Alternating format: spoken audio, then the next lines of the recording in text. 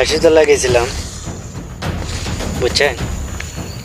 যা যে ট্রেন্ডত বসে থাকলাম, অনেকক্ষণ ধরে বসে থাকলাম তাও গাড়ি কে রে ভাই না খায়া মনে করেন এখন খালি সমানে গাড়ি করছে, বুঝলেনি?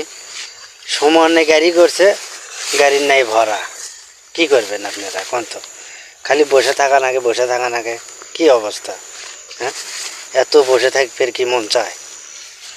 না খায়া একজন শ্বশুর মনে করেন বিয়ে করছে এটা করে, আর এটা করে গাড়ি করছে। এখন দেখ তো ঠেলা ক্যাঙ্কা, যার 5 বিঘে 10 বিঘে জমি আছে তারাও গাড়ি করছে। কি করে বসে থেকে? যারা বিদেশ গেছে, বিদেশ থেকে আসছে একবারে এসে করছে যে একটা গাড়ি কিনি, তা তারাও একটা গাড়ি কিনে চালাচ্ছে। কিরে ভাই, তাহলে আমরা হলো গরিব মানুষ, বুঝলেননি? আমরা হলো গরিব মানুষ। তা ওরা যদি 10 বিঘে 5 বিঘে আলা জমি আলার আগে যদি গাড়ি চালায়, আর আমাদের তো নাই কিছু, তাহলে আমাদের সংসারটা কিভাবে চলবে? আপনারা কোন? তো কীভাবে চলবি আপনারাই কোন? এটাকে আমি খারাপ বললাম না ভালো বললাম? আপনারাই বলেন, বুঝলেননি?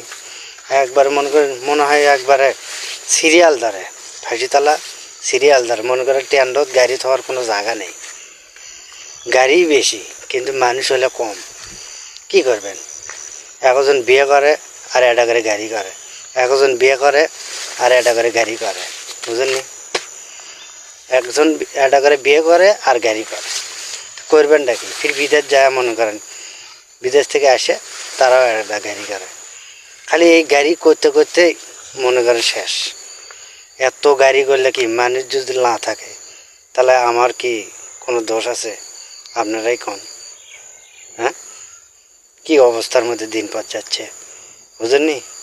আপনারা তো বুঝবার পান, আপনারা তো অবুঝন নন, আপনারা তো সব কিছুই বোঝেন, সব কিছু মানেন, বুঝছেন?